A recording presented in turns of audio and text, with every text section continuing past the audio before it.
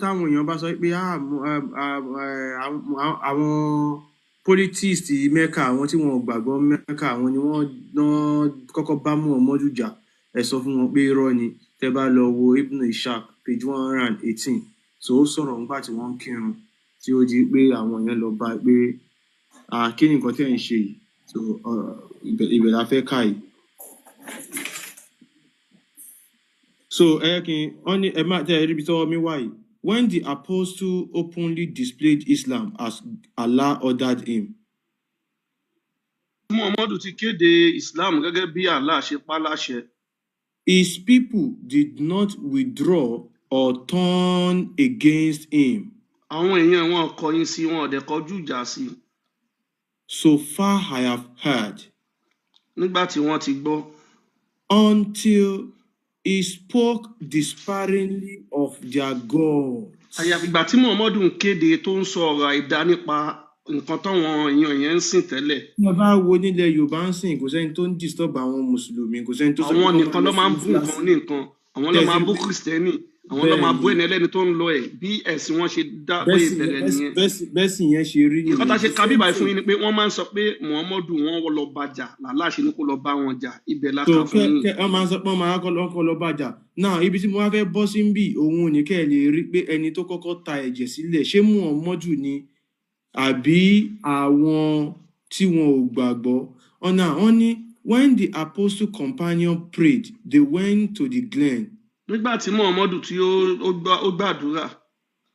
So wọ́n lọ gbàdúrà because only so their people could not see them praying. Àwọn èèyàn wọn ò rí wọn nígbà tí wọ́n ń gbàdúrà. And while Sa'd Abu Waqqas was with a number of prophet companions. Nígbà tí èèyàn kan tó ń pè ní Abu Waqqas tó wà pẹ̀lú àwọn ẹ̀mẹ̀wà Muhammadu. In one of the glen of Mecca. Tó jẹ́ wọn ara àwọn aṣojú àwọn nǹkan tó ń ṣe tẹ́lẹ̀ ní Mecca. The hand of politics came upon them while they were praying. Àwọn tí wọ́n ṣe Muslim yẹn wọ́n wá bá wọn nígbà tí wọ́n ń gbàdúrà. And rudely interrupted them. Wọ́n ṣe ìdánidúró fún ìrun kíkí wọn. They blamed them for what they were doing. Wọ́n dẹ̀ dá wọn lẹ́bi fún nǹkan tí wọ́n ń ṣe yẹn. Until they came to a blows. Títí tí wọ́n fi wá sí ibi kan. And it was on that occasion that Sa'd. Níbi ìṣẹ̀lẹ̀ yẹn ni. Sa'd took. Sa'd mú kí ló mú. Okay. Smote a politics with the jawbone of a camel. Sa'd wá mú egungun ràkúnmí, ó wá fi yọ, ó fi fọ́ èèyàn kan ní gẹ̀rẹ́gẹ̀ ẹnu wa, ó fi gún ènìyàn lọ́rùn. Tẹ́pẹ́ ẹ̀jẹ̀ bẹ̀rẹ̀ sí ní yọ. This was the first bloodshed in Islam. Bí ìtàjẹ̀sílẹ̀ àkọ́kọ́ bó ṣe bẹ̀rẹ̀ nìyẹn. Àwọn wo ló kọ́kọ́ ta ẹ̀jẹ̀ sílẹ̀ yín èèyàn? Àwọn Muslim Muhammadu àtàwọn ẹ̀mẹ̀wá ìlú kọ́kọ́ lọ ta ẹ̀jẹ̀ wọn yẹn sílẹ̀. Àwọn Muhammadu tàjẹ̀ sílẹ̀. Àwọn ẹni yẹn wọn ò dẹ̀ disturb Muhammadu. Muhammadu náà ni ó ń kọ́kọ́ bú àwọn nǹkan táwọn ẹni yẹn ń ṣe. Bí àwọn Mùsùlùmí ìsìn ṣe ń ṣe. Bọ́dẹ̀ bákan náà ni. Àwọn kiriyó, àwọn kinní kan, ẹ̀rọ àwọn ẹlẹ́bọ, àwọn kinní kan. But the same thing tí wọ́n ṣe yẹn níbí táwọn Muhammadu ṣe, òun náà làwọn Mùsùlùmí yẹn ṣe. So gbogbo wà tẹ́yìn rí lọ́wọ́ àwọn Mùsùlùmí yẹn, Muhammadu ni wọ́n fi jọ. Kò dẹ̀ sẹ́ni tó fẹ́ ṣerú ìwà yẹn kọjá lórí burúkú because wọn ò disturb ẹ. Ẹ̀yin náà dẹ̀ lè sọ pé nu Kùránì sọ pé ṣe tiẹ̀ làkúndín nìkún. Kùránì tó sọ pé ṣe tiẹ̀ kémi ṣe tèmi. Kùránì náà ló sọ pé tún bá wọn jà. So kẹ́ ẹ lè mọ̀ pé Islam ẹ̀sìn burúkú ni, kò kí ń ṣẹ̀sìn, ẹgbẹ́ òkùnkùn ni, ogun ni, ìlú tó bá dẹ̀ ti wọ̀, ogun ti wọ̀ bẹ̀. So àwọn pípù yìí, àwọn Mùsùlùmí, àwọn àfáà wọn ọ̀dẹ̀ ní sòdodo fáwọn èèyàn. Làwa ṣe ń gbìn iṣẹ́ rí nǹkan táwa ń ṣe, a ò bẹ̀sìn jẹ́. No. À ń sọ fún yín gẹ́lẹ́ bó ṣe rí, torí bẹ́ẹ̀ ṣe rí, inú ìwé la ti ń kà. Inú ìwé wọn là ń kà. Bá ṣe ń ka àdìtì wọn là ń ka tírà wọn, là ń ka tẹ̀fsíìrì wọn, là ń ka Kùránì wọn. Everywhere sí ẹ wo Somalia wọ́n pa wọ́n lọ́wọ́lọ́wọ́ báyìí. Wọ́n ti ń gbalẹ̀ yẹn báyìí. Àwọn Arab gangan ti wọbẹ̀. Wọ́n ti ń pa wọ́n ń bẹ́ wọn lọ́rùn, gbogbo àwọn dúdú yẹn náà ń pa. The same thing táwọn people yìí náà fẹ́ gbé wá sílẹ̀ Yorùbá ni, ó lè máa ṣẹlẹ̀ ní generation yìí. Wọ́n ń ṣe kí ni yẹn díẹ̀díẹ̀. àwọn people yìí, the Islam, wọ́n fẹ́ gba gbogbo àgbáyé. They want to conquer the whole world. Wọ́n á máa ṣe díẹ̀díẹ̀, wọ́n á máa fẹ́yàwó, wọ́n á máa ẹ wo ilẹ̀ Yorùbá ń sìn, ẹ wo àwọn àfáà yẹn bọ́n ṣe fẹ́yàwó 4, 5, 6 tí wọ́n bímọ lọ rẹpẹtẹ. Kí ni nǹkan tí wọ́n contribute sí economy? Nothing. They are economically useless. Wọ́n wá ń dá wàhálà alẹ́ sọ́rùn ìjọba. Àwọn nǹkan tí ìjọba tó ti create fún wa, bóyá àwọn èèyàn yẹn, àwọn èèyàn tí ìjọba, for example, schools tí ìjọba dálẹ̀ sí, ó lè má gbàjú bí a kò gbàjú èèyàn bí 100,000 lọ. Àwọn àfáà ti fẹ́yàwó, wọ́n ti bímọ rẹpẹtẹ, àwọn nìkan ti bí 200,000, 300,000. So wọ́n ti put pressure lórí government. Wọ́n dey contribute anything sí economy.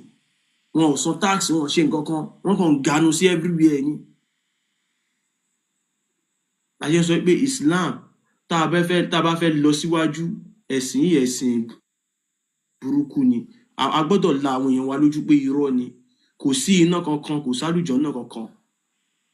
Allah kò dẹ̀ kí ń ṣe Ọlọ́run sọ́dọ̀ tiwa, kò ń ṣe Olódùmarè. Ẹ lè wà without doing any religion, kankan ò lè ṣe yín, iṣẹ́ lẹ need láti ṣe. Iṣẹ́ tẹ́ bá ti ṣiṣẹ́, ìgbìyànjú ló ń gbà.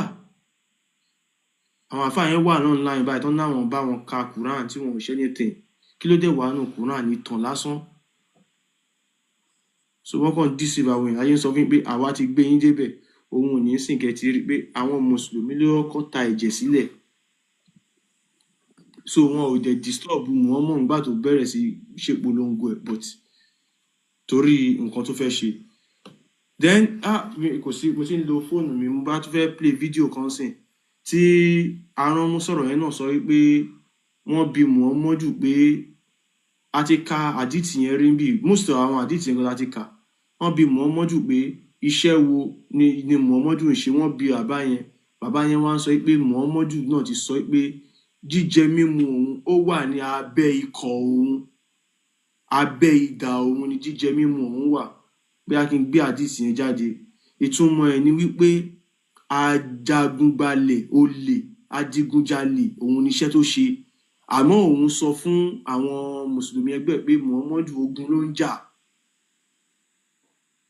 Kí ló ń fogun yẹn ṣe? Ó fi ń jalè. Ó máa kó ẹrú akẹ́rù, a wá pè ní war booty. Wọ́n máa wá pín 1/5 of this war booty Muhammadu ló máa gbà, àánú wọn àtàlà. So ó ń jalè ni. Ẹ yẹ ká sọ bó ṣe rí. Muhammadu ò níṣẹ́, olè ló ń jà nígbà ayé ẹ̀. Èèyàn yẹ ká sòdodo, ẹ yẹ ká gba àwọn èèyàn wálẹ̀. Kò síná kankan, irọ́ lásán ni. So Allah wife. Aboruboye, gang, everyone. Long time. I might be new. Long time. We're busy there. One left, right, center. The news is spreading everywhere, so I'm excited. I'm happy. MS Baba, there was another topic we actually discussed recently. More anything nearby, and Shemo FGM. Tony pe Sunna ni koma ge abe obìnrin. Bẹ́ẹ̀ni. Yeah, one in Sharia, and then I shared topic here the other day, and I wo ìdí tó ṣe ní kó máa ṣe. Ó ní pé wọn ò fẹ́ kóbìnrin yẹn ṣe kí ló máa ń pè náà bóyá ṣìnà ní pé women are too sensitive down there. Ó jẹ́ kó sàǹbẹ́ ni pé women a kò máa jí òbò abẹ́rẹ́ sí yín wa, a máa come everywhere bí àná bí ṣe ń come on garments. Kí dẹ́ ń ṣe tó tọ́ ṣe get. So a fẹ́ sọ̀rọ̀ nípa ẹ̀mí ìmọ̀ bí mo lè ṣe yẹn lálẹ́ ò ká ṣe that time. Okay, for me, few minutes. I just get our evidence me. All right. Gbókí gbogbo lé o. Ẹ jọ̀ọ́ bá wa pa WhatsApp. Gbogbo wa náà a lè screen record nǹkan tí àwa fẹ́ fi hàn wá yìí náà káwa náà post ẹ̀. Gbogbo wa la jọ ń ṣiṣẹ́ tàbí máa ń sọ every time pé àwa nìkan ò lè ṣiṣẹ́ yìí. Bí àwa ṣe fẹ́ bẹ̀rẹ̀ àbí anytime ẹ máa screen record kó má dìgbà tí a máa dúró dìgbà tí host máa gé ká tó máa rí. Because one report to gbogbo àbóyá àwọn eléyìí tó cut lẹ́ẹ̀kan yẹn báyìí bóyá la máa ṣe lè rí ìyẹn síta mọ́ àfi tá a bá tún ṣe mí. So ẹ jọ gbogbo ilé ẹ máa screen record ẹ máa post ẹ everywhere. Ẹ post ẹ sí Instagram, ẹ kó jẹ́ everywhere you go ká di MTN mọ́ wọn lọ́wọ́. Kán lọ sí Twitter kan bá wa, kán lọ sí Instagram kan bá wa, kán lọ Facebook kan máa rí ń bẹ̀. Gbogbo iṣẹ́ yìí náà fún ìtúsílẹ̀ ìran wa náà ni o. Mo ṣe làbọ̀ yìí o. A gbọ́dọ̀ jẹ́ káwọn èèyàn wa mọ̀ pé tọ́n bá ṣe any religion, cold war ni religion, tí wọ́n bá ṣe anything, nǹkan kan ò lè ṣe wọ́n. Then what exactly is the purpose or importance of this religion? Because kò sádúrà tẹ́ fẹ́ gbà tó bá ṣiṣẹ́, irọ́ lásán ni. And without you praying, tó bá ṣiṣẹ́, things ma work fine fún ẹ. So kí wáyé tó ṣe kúkú ṣiṣẹ́, tó yẹ kẹ́ ti mọ̀ pé irọ́ lásán ni kíní. Àwọn àáfàá, àwọn pásítọ̀ yìí, they are using this religion, àwọn oníṣẹ́, they are jobless. Wọ́n wá ń ta Ọlọ́run fún yín, wọ́n ń parọ́ fún yín, wọ́n ní kẹ́ máa kówó wá, wọ́n ń deceive yín, wọ́n ní kẹ́ dìímọ̀ tẹ́ bá ṣe sanwó dìímọ̀ yẹn ni àlùjọ náà yín ṣe máa ṣùọ̀. It's all lies. Irọ́ ni náà. Tí ò bá sẹ́sìn nílẹ̀ wa rárá, a máa lè ṣe dáadáa ju bá ṣe ń ṣe yìí lọ. Tá a bá ti tẹ̀lé òfin ìlú, ẹni tó bá ṣẹ̀, òfin máa mú náà. Ẹni tó bá fọwọ́ pa idà òfin lójú, òfin máa mú. Bọ́dẹ̀ bá lọ ń dúró pé Ọlọ́run ò lè wálẹ̀ wá mú anybody. Ọlọ́run ti fún wa ní brain. Brain yẹn ò sí ń bẹ̀ fún decoration náà. Ká lè fi ṣe ìjọba ara wa ni. Àwọn kan máa sọ fún yín pé Kùránì ni ò tó bá ti ṣe. Ẹ̀yin tẹ̀sẹ̀ wá wo àwọn ẹ̀sìn tó ń mú wá yìí. Àwọn méjèèjì, àwọn nǹkan kan wà nínú ẹ̀sìn kan tó bá jẹ ẹlẹ́dẹ̀ ẹ̀ṣẹ̀ ni. Nínú kejì, o lè jẹ ẹlẹ́dẹ̀. That is to tell you pé irọ́ làwọn people yìí kàn play mind games ló ń play. Àlùjọ náà ìkan obìnrin ló kàn máa bá sùn bẹ́ẹ̀. Àlùjọ náà kejì orin lásán ló máa kọ. Kò yẹ kẹ́ ti mọ̀ pé irọ́ ni méjèèjì. Iná àwọn kan ó máa wà ńbẹ̀ lọ títí láéláé. Iná àwọn yẹn ó ti ẹ̀sìn Allah ó sin Allah ó máa kọ́kọ́ gbanú náà kọjá ó máa jóná. Àwọn tó sin Allah tí wọ́n sin nǹkan mìíràn Allah wọ́n tún máa jóná. Then what is the purpose? Kí wá ní kókó tẹ́ wá fi ń sin Allah nígbà tí ẹ mọ̀ pé mo máa jóná? MS bàbá ẹ jọ̀ọ́ ẹ jẹ́ kí n contribute kékeré sí ọ̀rọ̀ yẹn. So mo fẹ́ jẹ́ kó yé àwọn èèyàn pé nígbà tí dádì mi wà ní ayé, dádì mi jẹ́ kí ó yé wa pé nígbà tí bàbá tó bí àwọn pé nígbà tó fẹ́ kú, ó jẹ́ kó yé àwọn pé òun ò kú o, òun fẹ́ papòdà ni. So àwọn wá ń béèrè lọ́wọ́ ẹ̀ pé ẹ fẹ́ papòdà ẹ kú, kí ni nǹkan tẹ́ ẹ mean? Ó wá sọ fún àwọn pé oyún tó wà nínú ìyàwó àwọn káwọn make sure pé àwọn tọ́jú ẹ̀ dáadáa. Ìyá tó bí mi lọ́mọ nígbà yẹn wọn ò tí mọ̀ pé àwọn lóyún. Even bàbá tó bí mi lọ́mọ wọn ò tí mọ̀ pé ìyàwó àwọn lóyún. Àwọn méjèèjì ò ì mọ̀ pé ìyàwó àwọn lóyún, ìyàwó gan ò tí mọ̀ pé òun lóyún. Bàbá yẹn ló ń jẹ́ kó máa yé wọn pé òun fẹ́ papòdà ni, òun ò kú o, pé oyún tó wà nínú ìyàwó ẹ̀ kó tọ́jú ẹ̀ dáadáa. Nígbà tí mọ́mì mi máa bí first born tó jẹ́ àkọ́bí ìyá mi tó máa bí wọn, wọ́n ní ó jọ bàbá yẹn débi pé bàbá yẹn gangan làwọn bí ni. Wọ́n ní nígbà tó dẹ̀ di pé ẹ̀gbọ́n wa yẹn tó máa bẹ̀rẹ̀ sí ń dàgbà tó di pé ó bẹ̀rẹ̀ sí ń wọ aṣọ, ó ní òun èmi adáṣọ bí ẹni jogún. Orúkọ bàbá yẹn gangan lórúkọ tó kọ́kọ́ dá. Kò dẹ̀ sẹ́nibọ̀dì tó sọ fún un, òun fúnra rẹ̀ ló sọ pé èmi adáṣọ bí ẹni jogún. So eléyìí ń fìdí ẹ̀ múlẹ̀ pé ìran Yorùbá tó bá lọ ó ń padà wá ṣe kí ni o, ó ń padà wá gba ẹ̀san nǹkan tó bá ṣe é lẹ̀. Òun ni gẹ́gẹ́ bí ọ̀rọ̀ tẹ máa ń sọ fún wa ní gbogbo ìgbà pé ìran Yorùbá ń lọ wọ́n ń padà wá ni. Tó bá ṣe dáadáa wàá padà wá gbà, tó bá dẹ̀ ṣe burúkú náà wàá ṣe kí ni o, wàá padà wá gbà ni. Kò kí ń ṣe pé kéèyàn kan máa sọ fún ẹ pé tó bá kú tán inú náà kọ́ ló ń lọ, tó bá kú tán inú àlùjọ náà kọ́ ló ń lọ. Kò sí iná, kò sí àlùjọ náà kan bí kankan. Nǹkan tó o bá ṣe wàá padà wá gbà ni. Ṣé understand? So bí ọ̀rọ̀ yẹn bó ṣe rí nìyẹn, kí ẹnikẹ́ni kó má parọ́ fún ẹnì kankan mọ́. Èèyàn tí ò mọ̀ bí tó ti wá kò lè mọ ibi tó ń lọ bọ́rọ̀ yẹn ṣe rí ni èèyàn tó dágbére fún pé òun jáde o kò lè mọ ibi tó ti ń bọ̀ nígbà tó bá dé so káwa èèyàn wa ká ṣe kí ni o everywhere ni mò ń post ẹ̀ sínsìn Facebook mi Instagram ni o àti TikTok gbogbo everywhere ni mò ń post ẹ̀ sí ẹni tó máa ṣe láǹfààní ó máa ṣe láǹfààní ẹni tó bá dẹ̀ máa kú sóko ẹrú ó máa ṣe kí ni o ó máa kú sóko ẹrú bó ṣe rí gẹ́lẹ́ nìyẹn ẹ ṣé lọ́pọ̀lọpọ̀. ẹ ṣeun ẹ jọ kí gbogbo ọkájọ fọwọ́ rẹ wọ́kọ́wọ́ lè mọ̀ ó níbi tí ọwọ́ wa yìí tó gùn mọ́ ẹ̀yin èèyàn wa tẹ́ ń gbọ́ wa ẹ máa bá wa repost ẹ máa download ẹ̀yin náà ẹ máa post ẹ sọ́dọ̀ yín ẹ máa share ní X àti wà ń bẹ̀ ẹ máa post olówó èkó wà ń bẹ̀ ẹ máa retweet. ms bàbá ẹgbọ́n sókè ẹ kàn lẹ́gò síbẹ̀ yẹn látàárọ̀ bàbá bẹ̀. Àkànbí ms ẹ máa wo tí aláwẹ̀ bá padà wá ẹ lè gbé sókè. ok. bàbá bẹ̀ ti sùn. orun ọ̀rá ìwo ló sùn. Mr. Abe. àti fẹ́ fún yín ló bá ọ̀sẹ̀ tán máìkì.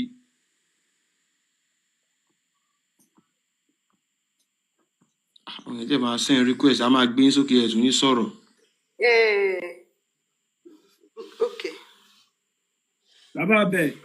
Jerry, gbogbo concept tó ṣe gbé wá tó ṣe ń da ọpọlọ gbogbo àwa ọmọ Yorùbá lọ mo fẹ́ jẹ́ kí a mọ̀ wípé ẹ̀sìn tó ń gbé wá yẹn òun ni wọ́n plant gbogbo kinní yẹn sí brain wa torí àwọn bàbá wa jẹ́ ká mọ̀ ń gbà yẹn téèyàn bá kú wọ́n ní oríṣiríṣi wọ́n ní lágbájá wọ́n ló papòdà ni wọ́n máa ń sọ wọn kì í dédé ń lo language wọn kì í tètè ń lo language pé ẹnìyẹn gan ti kú bóyá bí ọba bá kú wọn ni ọba wàjà àbí ànádà àtàwọn èdè tó máa ń lò bẹ́ẹ̀ yẹn ìgbà tí gbogbo ẹ̀sìn wọ̀nyí dé wọlé sí wa ló change gbogbo àwọn nǹkan tá a ti mọ̀ nípa bóyá bó ṣe máa ṣẹlẹ̀ and àwọn bàbá àwọn ìyá wa tẹ̀dẹ̀wò yẹn wọ́n ní ìmọ̀ wọ́n mọ ilé ayé wọ́n dẹ̀ mọ spirituality jù wá lọ so àlejò kan lè wá débì kan kó wá sọ wípé gbogbo àwọn nǹkan táwọn bàbá wa sọ irọ́ ni nǹkan báyìí ni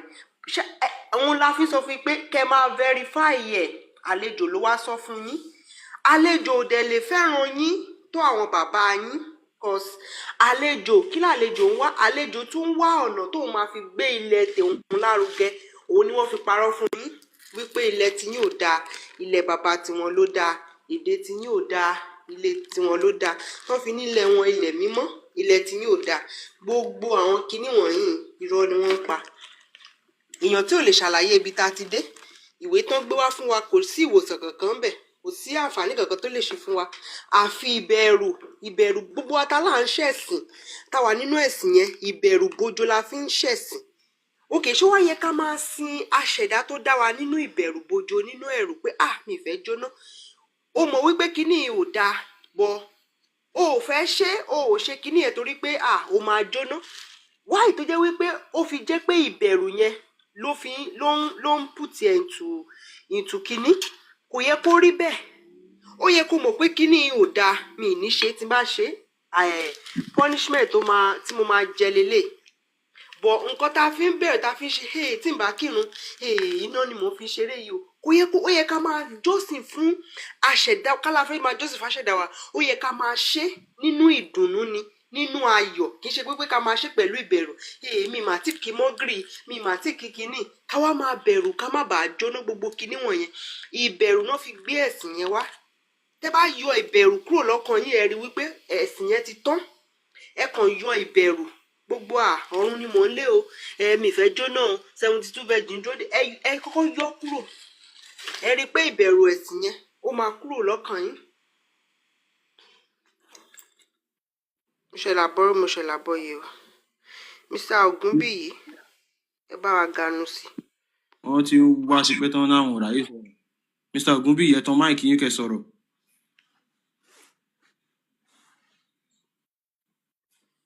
ẹgbẹ́nu kúrò ní míìkì kẹ́ ganu síbí. Allah wife là ń retí báyìí.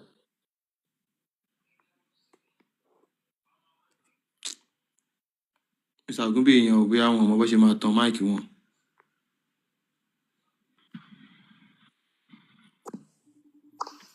Pray. Ọlọ́run sọ̀rọ̀ Prayer personally. àlejò wọlé kán sọ̀rọ̀ tó ká lè jó tó Personally. wọlé. Ok. Pray. Mr. Pray. Praise the Lord. Àbọ̀rúbọyè. Gbọ́ àtọ́ o. Àbọ̀rúbọyè. Gbogbo àtọ́ Tèmi àgbọ̀. máa kí so nǹkan tẹ́mi ní láti sọ ni pé program yìí mi ẹ̀ṣẹ̀ máa join so kò kí n ṣe first time eléyìí kò kí n ṣe second time gan tí mo máa ń join tí mo dẹ̀ máa ń sọ̀rọ̀.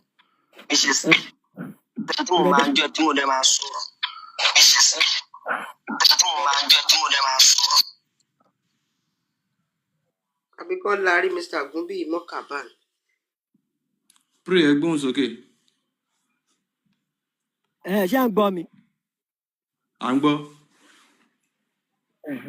So nǹkan tí mo kàn fẹ́ sọ òun ni wípé ní wàláì àwọn Yorùbá àwa tá a jẹ́ àwọn Yorùbá tó jẹ́ àwọn kinní àtàwọn àfáà tó ń jọ ìyẹn tó já àwọn ọmọ kéèké yẹn ó yẹ kí gbogbo wa ká rọra ká gbé ọpọlọ wa kalẹ̀ ká wá ronú kéèyàn máa ṣẹ́ mọ́ nǹkan tí wọ́n ti fi mú wa láti ilẹ̀ ó ní wípé ní bí wẹ́n bá ti gbà tí mo fi lọ sílé kéwú táfà mi bá ti sọ̀rọ̀ tó máa ti sọ̀rọ̀ báyìí pé nǹkan báyìí tí máa fẹ́ béèrè question wọ́n á ní èyí gbọ́dọ̀ wádìí nípa Ọlọ́run èyí gbọ́dọ̀ béèrè question so wọ́n ní ẹni tó bá ti ń wádìí nípa Ọlọ́run ó máa dẹ́ṣẹ̀ so Ọlọ́run tó dẹ̀ dọ́pọlọ fún wa ó dá wa ká fi ronú ni tọ́lọ́ ò bá dọ́pọlọ tọ́lọ́ ò bá fẹ́ jẹ́ ká ronú kò ní fún wa lọ́pọlọ so Ọlọ́run tó fún wa lọ́pọlọ yẹn ó fẹ́ jẹ́ ká ronú òun ló fi fún wa lọ́pọlọ yẹn so wọn á máa ní wọ́n ti kíní yẹn wọ́n ti gbé sí wa lọ́kàn láti kékeré nǹkan tán ti gbé sí wa láti kékeré tí tẹ́ ẹ̀ fi bá dé 15 years 20 years ẹ mọ̀ pé ní kíní kò ní ṣe é kúrò so even anytime kó tó di pé mo ṣẹ̀ṣẹ̀ pé àìmí mo padà wálé anytime ìgbà kan wà gan tó ẹ pé tèmi gan bá ro kíní yẹn pé ha ìgbé ní nǹkan báyìí màá tún wá rò padà pé mo ti ń dẹ́ṣẹ̀ bọ̀ gbà tí mo wá ro gbogbo program pé báwo náà ṣe máa pèèyàn lánàá bí tó máa fẹ́ ọmọ lọ́mọ ọdún 6 tó máa bá a sùn lọ́mọ ọdún 9 ta ló lè fọmọ rẹ́lẹ̀ àwọn àfáàtàn dẹ̀ mú condition wa ń ṣe láyé ìgbà tán fi fẹ́ traditional tiwọn nìyẹn kìíní kan ṣẹ́yìn lè fọmọ yín lẹ̀ fún lọ́mọ ọdún 9 láì ṣe wèrè láyé pé òòrówó tọ́mọ lọ́mọ ọdún 9 ìyẹn àkọ́kọ́ ẹlẹ́ẹ̀kejì òun ni wípé nílé kéèyàn náà ni ó tán máa ń sọ wọn á ní ẹni tó bá ti ka Kùránì tó bá ti fi lè ṣe wàlímọ̀ amúyàn 3 wọ ní fámìlì wọn amúyàn 3 wọ ìlú àlùjànnà èèyàn 3 so kíní yẹn táwọn abiyamọ táwọn ìyá bá ti fi lè gbọ́ wọn kọ́ ọmọ wọn lọ lé pé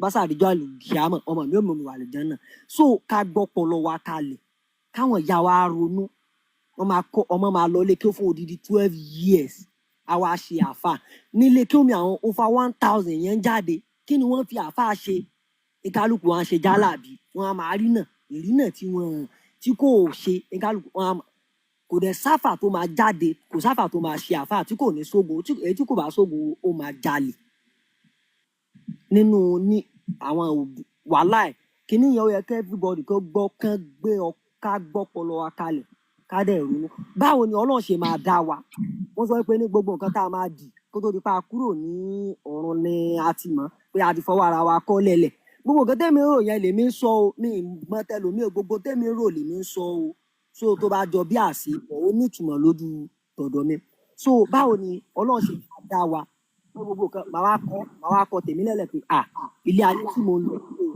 mo fẹ́ lọ ṣàbúrú o so tí mo bá ti fi lè tọ́lọ́tà mi bá ti fi lè kú o màá wá wọ náà ẹlòmíì adẹ́ẹ̀kọ́ ti tiẹ̀ Ọlọ́run ló dé mi o ẹlòmíì adẹ́ẹ̀kọ́ ti tiẹ̀ ilé ayé tó ń lọ yìí òun fẹ́ lọ jayé òun fẹ́ lọ lówó òun fẹ́ lọ so tó bá ti kú òun máa wà àlùjánnà Ọlọ́run yẹn dẹ̀ máa gbà tó wọ́n ti ta ọpọlọ wọn lè wá dé ìgbésẹ̀ ìgbésẹ̀ òun dá wa láti wá dáná dá àlùjánnà fún wọn tó fẹ́ lọ àbọ̀ bẹ́ẹ̀ ronú iná yẹn kò sẹ́ni tó wá fẹ́ wọ náà kò sẹ́ni tó torí rẹ̀ in everybody ní Islam wọn dẹ̀ ronú Islam yẹn wọ́n ti fi kó wa lọ́pọlọ kí kọ́ńtì kankan ṣàdédédé kan ní èdè àwọn kọ́ńtì wọn tó yẹ pé wọn kò sí odò ní gbogbo kọ́ńtì yẹn wọn ní ewé kò síbi tó ti ń gbẹ nǹkan ilẹ̀ aṣálẹ̀ nílẹ̀ gbogbo wọn wọ́n wá kọ̀ndẹ́mù ewé àtegbò tiwa wọ́n léwé ní o wọ́n léwé náà fi kọ̀ndẹ́mù tọ̀dọ̀ wa o pé ewé àtegbò kò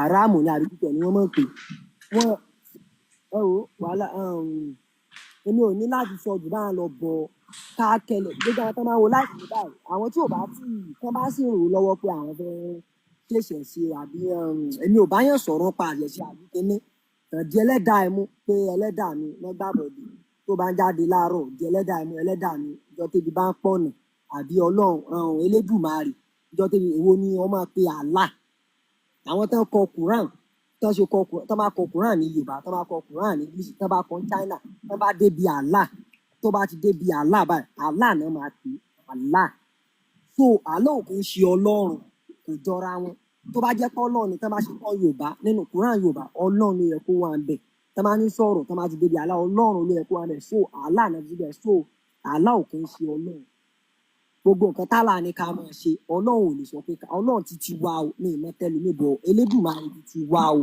kò lè sọ wípé ní ká ṣe nǹkan tí àwọn tálà wọn sọ pé ká máa ṣe báwo làlá ṣe máa sọ wípé ní ká máa fẹ́ ọmọ ọdún mẹ́sàn-án ẹ ò ní láti sọ ìgbà yẹn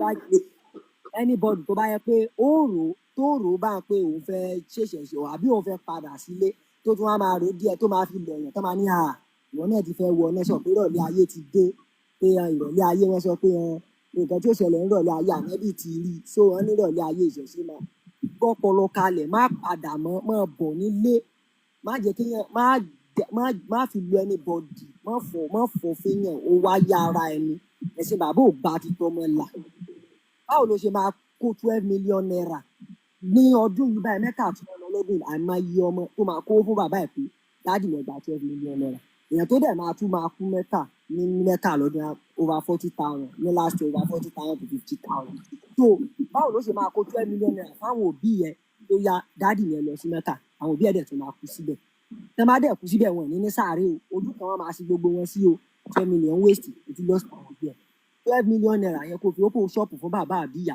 12 million naira kó fi kó ọjà sínú ṣọ́ọ̀pù anybody tó bá dé ṣọ́ọ̀pù yẹn wọn máa ṣàdúrà fún ẹni wàá kó 12 million naira ẹ fẹ́ lọ ńlá òkúta odò títí wa Ọ̀ṣun Òṣogbo àbí odò táwọn àbọ̀ odò yẹn ò dá o odò sẹ́mísẹ́mì wọn máa gbé wálé fáwa àmọ́ tó wà nínú sẹ́mísẹ́mì so lárúbáwá yẹn wọ́n ní ọpọlọ tó jẹ́ pé wọ́n gbọ́n tó gbogbo nǹkan àti tó ṣẹlẹ̀ ní tó everything wọ́n ti jẹ́ tiẹ̀ gbogbo nǹkan wa ni kò dẹ̀ dá tó bá ṣe gbẹ́rẹ́ báyìí tó bá ti fi lè ṣe gbẹ́rẹ́ sára báyìí o ti wọná nǹkan máa sọ àbò ìyá tàtó àbúṣe ni o ti wọná bọ̀ tó bá lo bulletproof àwọn òyìnbó táwọn òyìnbó ṣe ò wọná so ẹ̀rọ mi ní láti sọ jùbá yẹn lọ jàre ẹ̀làbọ̀rú ẹ̀làbọ̀yò. in fact ẹ ṣe gan ẹ ṣe gan sir. adisọ́lé nínú pé tá a bá rí àwọn tó ti fi Islam múlẹ̀ ẹ lè send a request kẹ wá sókè kẹ wá ṣàlàyé ìdí tẹ́ fi fílẹ̀ bẹ́ ṣe fílẹ̀ bẹ́ ṣe já so ẹ ṣe ẹ lè gbóhùn sókè.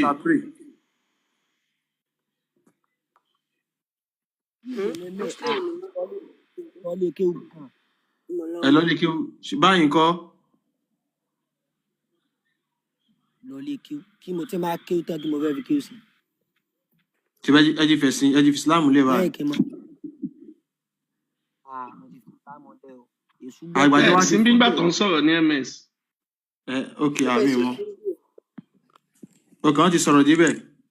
ẹni ẹlẹ́ni ti já wọ́n ti jára ẹ̀ tó o bá já 2024 ó dọdún tó ń bọ̀ nìyẹn ó dẹ̀ late ó já lọ́dún yìí. ẹ jọ̀ọ́ ẹ̀yin tẹ́ bá ti fi Islam lẹ̀ ẹ jọ̀ọ́ ẹ send request èní náà a fi ṣí testimony time ẹ wá testimony Mr. Ogunbiyi. alasa ìyàwó aláǹdóde yín o. yóò ti dé ni. ẹ̀yin èèyàn ẹ bá wa power tap ẹ jọ̀ọ́. àti èrè wọn the twin ẹ kalẹ̀. Yes. Labọ́ yẹ labọ́ ṣiṣẹ́ o. Gbogbo àtọ́. Ẹ kalẹ̀ o, mo kí ẹ̀yin màmá mi ẹ̀yin bàbá mi o. Ìgbélé ń kí yín. Ẹ káàbọ̀. So ìdí tí mo fi join program yìí nígbà tó ń béèrè yìí pé àwọn tó bá ti fi ìṣẹ̀ṣe tó bá ti fi Islam sílẹ̀ pé kán wá give testimony kán wá ṣàlàyé ìdí tán ṣe fi Islam sílẹ̀. Ẹgbọ́n sókè. So mo ti fi Islam sílẹ̀ sí bí a bí 2022. Okay. So nígbà tí Talọ́lọ́run tó ṣẹ̀ṣẹ̀ ń bẹ̀rẹ̀ ńgbà yẹn tí wọ́n ṣe ń ṣe program wọn ńgbà yẹn. So wọ́n wà lára àwọn tí wọ́n ginger mi tí mo fi ní àwọn nǹkan kan tèmi náà go through pé ṣé kíní ṣe bẹ́ẹ̀ lórí àbí bẹ́ẹ̀ kọ́. So mo wá ṣe findings mi mo wá rí pé kíní yìí is fake gbogbo Islam because bàbá tó bí mi alájì ni màmá mi alájà ni. So even till now though náà wọ́n ti fi mí lẹ̀ o wọ́n ti free mi because wọ́n bá mi fà gan gbà pé báwo máa ṣe tèmi lọ́tọ̀. Mo wá ń sọ fún wọn yìí pé nǹkan kan tí mo sọ fún wọn tó ń ṣe free mi ni wípé tó wá yẹ pé Ibrahim Ànábì Ibrahim kò bá ṣe tiẹ̀ lọ́tọ̀ ni mùsùlùmí ò máa ní délé ni. So èmi náà wá fẹ́ padà sí grassroots mi mo fẹ́ ṣe tèmi lọ́tọ̀ ẹ fi mí lẹ̀ so kó tó ju pé wọ́n á sọ wọn kan mọ́.